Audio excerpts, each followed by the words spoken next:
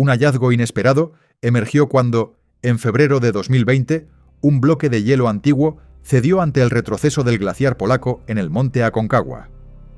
Allí apareció una cámara golpeada por décadas de tormentas, con una cinta azul donde aún podía leerse el nombre de Janet Johnson y su dirección en Denver.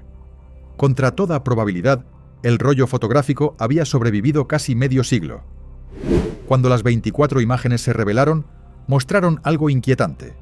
A una Janet sonriente, serena, posando junto a sus compañeros de expedición horas antes de morir. Su rostro estaba intacto, sin rastro de agotamiento ni desorientación. Aquello no era solo un registro congelado en el tiempo, era una pista silenciosa.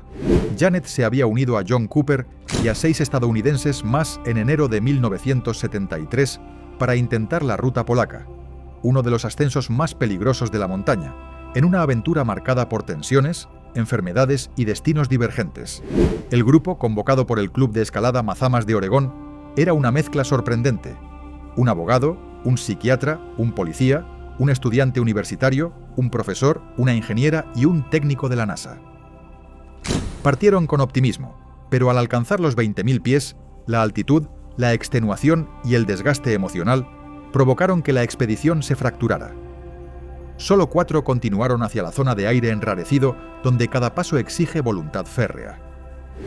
Johnson, una de las más fuertes, había conquistado ya todos los picos de más de 14.000 pies en Colorado, hazaña reservada a muy pocas mujeres.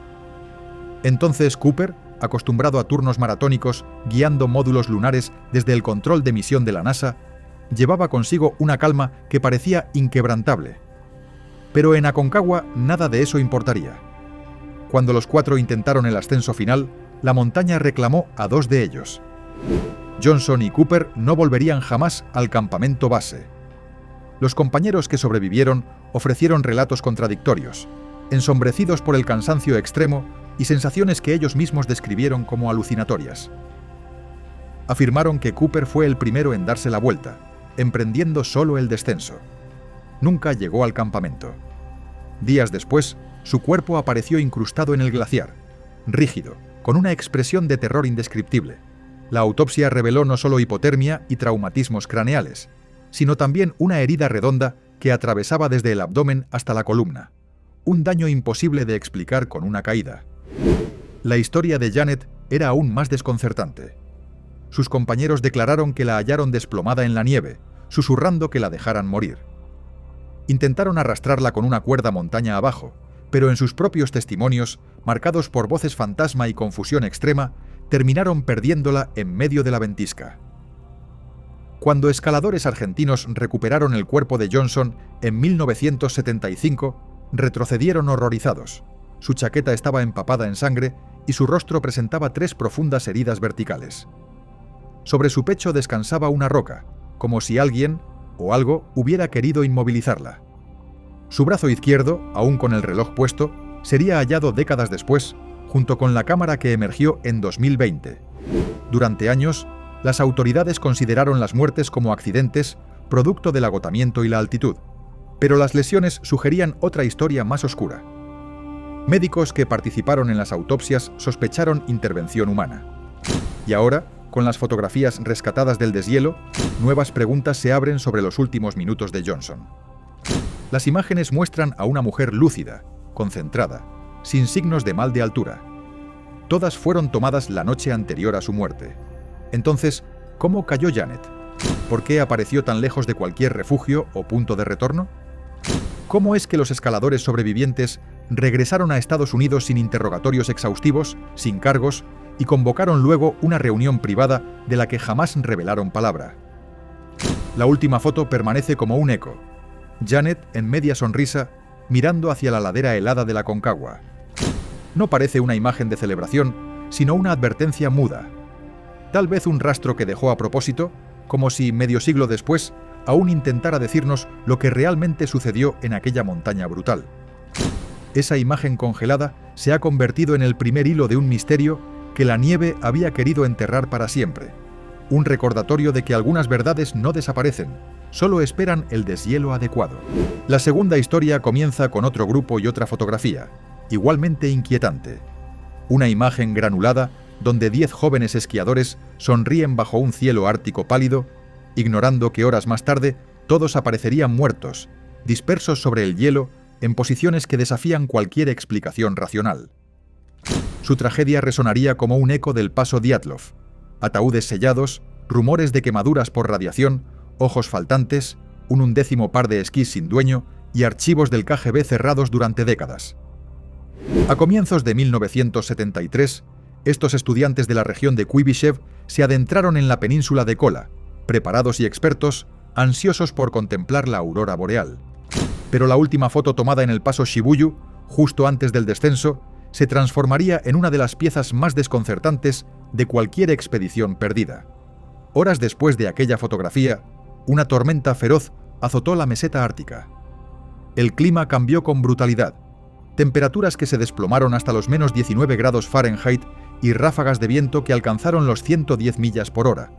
Un embate tan violento que, según aldeanos cercanos a Revda, aquella fue la noche en que los perros volaron. La magnitud de la tormenta superaba cualquier registro previo, convertida en una fuerza capaz de arrancar techos enteros. Días más tarde, otro grupo de montañistas encontró una escena macabra en lo alto del plató. Una mano congelada sobresalía de un banco de nieve, aferrada a los restos desgarrados de una tienda. Pertenecía al líder de la expedición, Miki Kuznetsov, muerto intentando anclar la carpa para salvar a su equipo. Bajo la tienda colapsada yacían otros 4 cuerpos, aparentemente atrapados en el intento desesperado de estabilizarla contra el viento huracanado. Sin embargo, lo que hallaron después fue aún más desconcertante. Los 5 esquiadores restantes habían desaparecido en la tormenta como si hubieran sido arrancados uno por uno del campamento. Fueron localizados en lugares distintos, separados por cientos de metros, algunos enterrados bajo el hielo, otros al borde de un acantilado. 2 cuerpos aparecieron meses después, cuando la nieve comenzó a derretirse. Ambos yacían bajo un risco, sus relojes detenidos exactamente a las 5 de la mañana, como si la tragedia hubiese seguido un horario preciso. Uno más surgió del deshielo con su reloj, marcando las 4:33 de la mañana, un detalle que añadió otra capa de inquietud. Cuando los rescatistas revisaron el equipo, descubrieron algo imposible. Había 11 pares de esquís para un grupo de 10. A esto se sumaron rumores de cadáveres con tonalidades rojizas, ojos faltantes y heridas inexplicables. Aunque expertos forenses indicarían luego que las marcas correspondían a signos normales de congelación, el misterio ya había echado raíces profundas en la imaginación colectiva. Las huellas desperdigadas alrededor del campamento no seguían el patrón de un grupo huyendo en pánico. Eran pasos aislados, que surgían y se desvanecían sin rastro, como si los excursionistas hubieran vagado en direcciones distintas sin motivo. Algunas teorías apuntaron a experimentos militares secretos, otras a un tipo de demencia ártica conocida como María, capaz de inducir alucinaciones poderosas en condiciones extremas. Sin embargo, los rescatistas más veteranos quedaron atónitos. Nunca habían visto un escenario donde un grupo experimentado se dispersara tan violentamente en un territorio que exigía permanecer unido para sobrevivir. La última fotografía tomada por los jóvenes, un grupo sonriente sin la menor sombra de presagio, se convirtió en una cápsula enigmática, un instante capturado justo antes de que algo indescriptible los empujara hacia un destino imposible de reconstruir con certeza. La siguiente historia retrocede décadas, hacia otra última imagen cargada de presagios.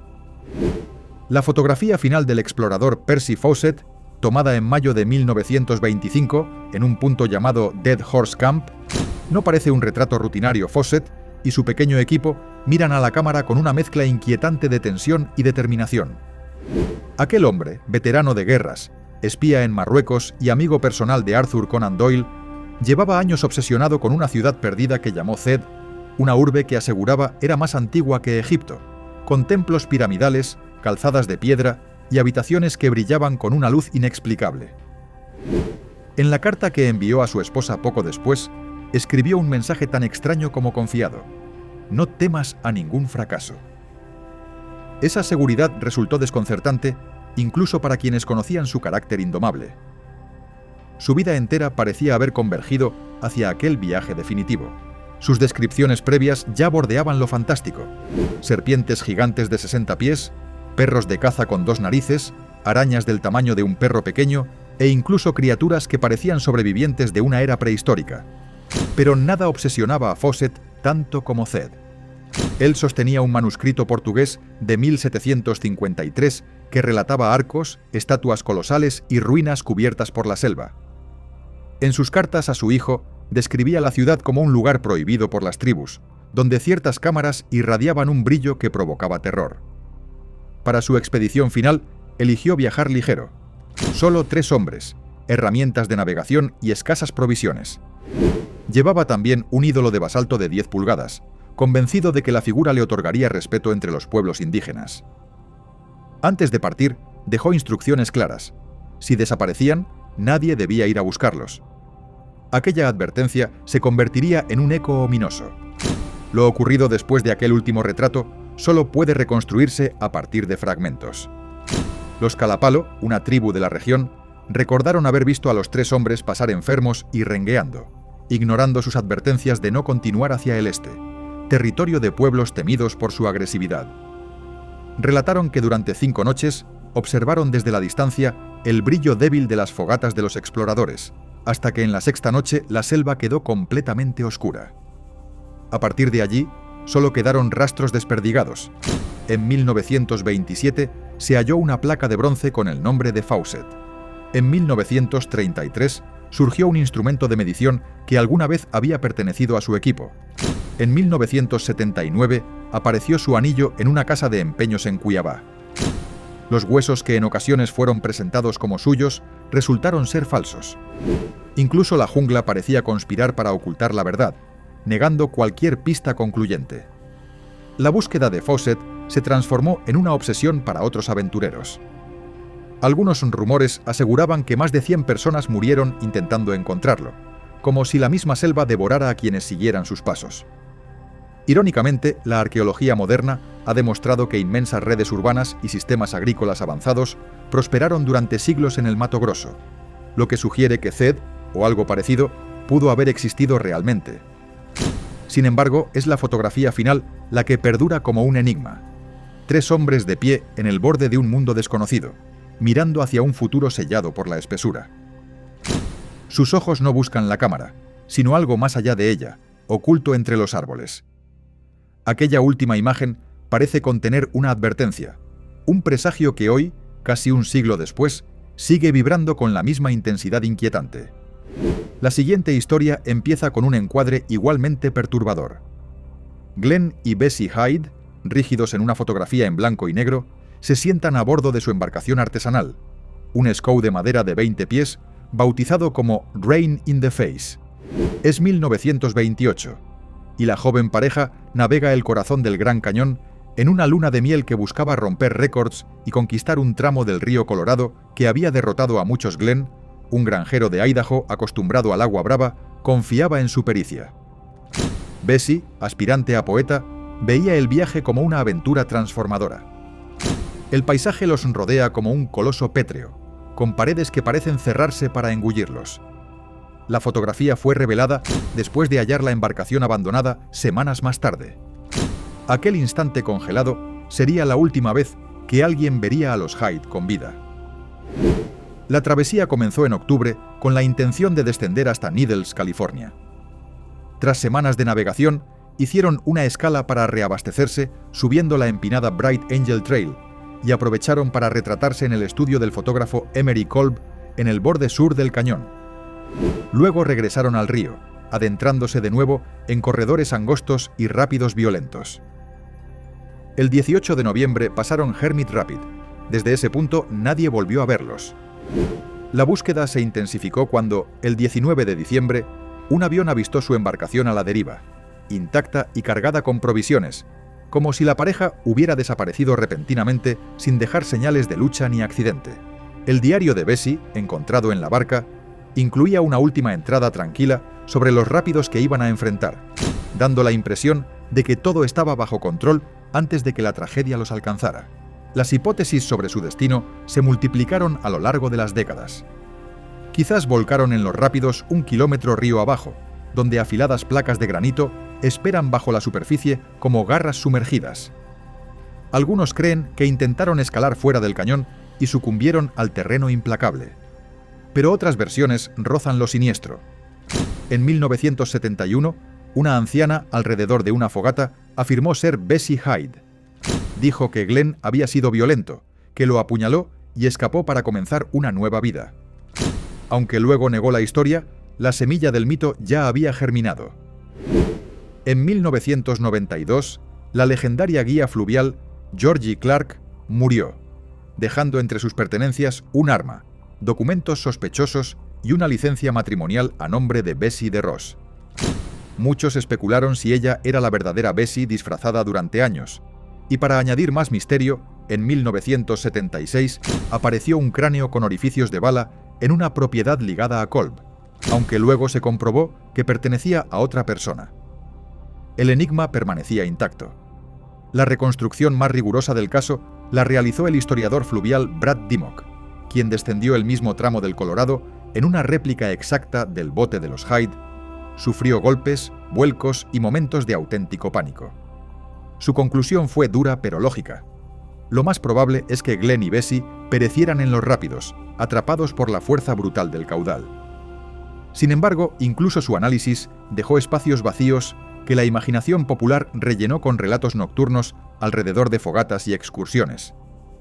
Hasta hoy, los guías del cañón cuentan la historia bajo la luz tenue de la luna. Hablan de Bessie como un fantasma errante, de Glenn como un eco atrapado en los muros de roca, y de aquella última fotografía archivada en Flagstaff. En ella, dicen, no hay sonrisas verdaderas.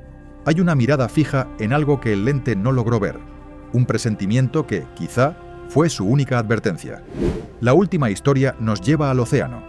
La última imagen de Andrew Macaulay no es una foto de celebración ni de triunfo, sino un retrato inquietante de un hombre agotado hasta el alma. Su rostro aparece pálido, sus ojos vacíos, como si ya estuviera mirando algo más allá del horizonte. Pocas horas después desaparecería para siempre en el mar de Tasmania. Macaulay, aventurero reconocido y galardonado, había partido en 2007 con un objetivo casi suicida: cruzar solo en kayak los casi 1000 kilómetros que separan Tasmania de Nueva Zelanda. Su kayak estaba modificado con una cúpula de fibra de vidrio a la que llamó Casper, un domo rígido diseñado para protegerlo de tormentas que levantaban olas más altas que edificios. Pero el mar de Tasmania no perdona. A mitad de la travesía sufrió una tempestad de 28 horas que lo volcó repetidamente dentro de Casper, y aún así jamás activó la baliza de emergencia. Solo envió un mensaje breve después: no fue un picnic. A inicios de febrero, después de soportar tormentas y noches sin dormir, Macaulay estaba a punto de lograrlo. Desde el horizonte, las montañas de la isla sur de Nueva Zelanda aparecían al fin como una promesa.